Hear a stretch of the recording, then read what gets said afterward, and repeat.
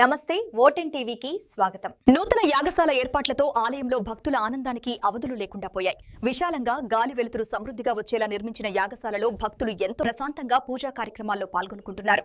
హోమగుండాల వద్ద కూర్చునేందుకు పూజా సామాగ్రి వినియోగానికి ఆలయ అధికారులు చేసిన క్రమబద్దమైన ఏర్పాట్లు భక్తులను ఆకట్టుకుంటున్నాయి.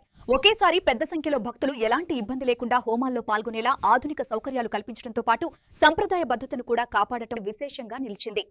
మొత్తానికి భక్తిమయ వాతావరణంలో యాగశాల అందిస్తున్న సౌకర్యాలపై భక్తులు హర్షం వ్యక్తం చేస్తున్నారు.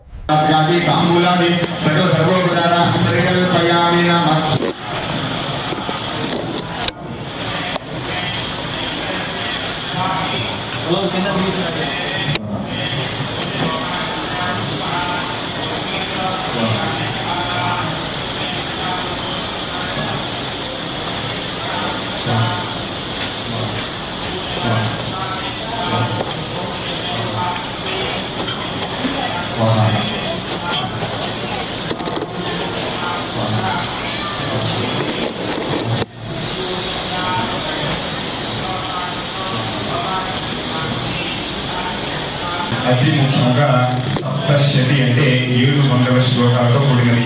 వేరే సప్తశతి 7 సప్త అంటే 7, శతి అంటే 100. 7 మంగళ శ్లోకాలతో కూడి అలాగే 3 చరిత్రలుగా 13 అమ్మవారి అవతారాలు, 13 ఆహుతులు దీంట్లో నిక్షిప్తమై ఉన్నాయి. అందుకని ప్రతి అధ్యాయానికి కూడా లఘువుగా మనం ఈ వృత్తాంతాన్ని తెలుసుకోవడానికి కూడా ప్రయత్నం చేద్దాం. నేను ఎంత శ్రద్ధగా అయితే చెప్పడానికి ప్రయత్నం చేస్తాను.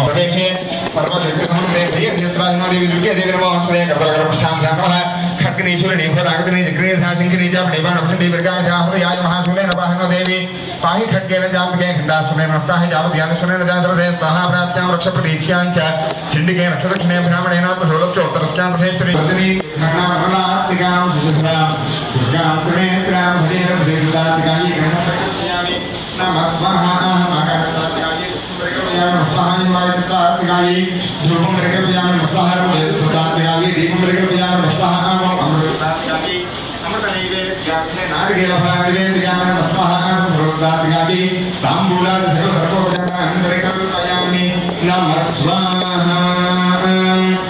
ఇక్కడ నుంచి కూడా మనం సప్తశతి ప్రథమ అధ్యాయం అనేది ప్రారంభం చేసుకోవడం. ఈ అధ్యాయము ప్రథమ చరిత్రము, ప్రథమ అధ్యాయము 2 కూడా ఇదే. ఇది ఈ అధ్యాయానికి మహాకాళీ స్వరూపంగా అమ్మవారు భావిస్తుంది. పూర్వం ఒకనొక సమయంలో సుమేధ మేధయోధన్య అంటే మేధా ఋషి అనేటువంటి ముని మహాతపస్సు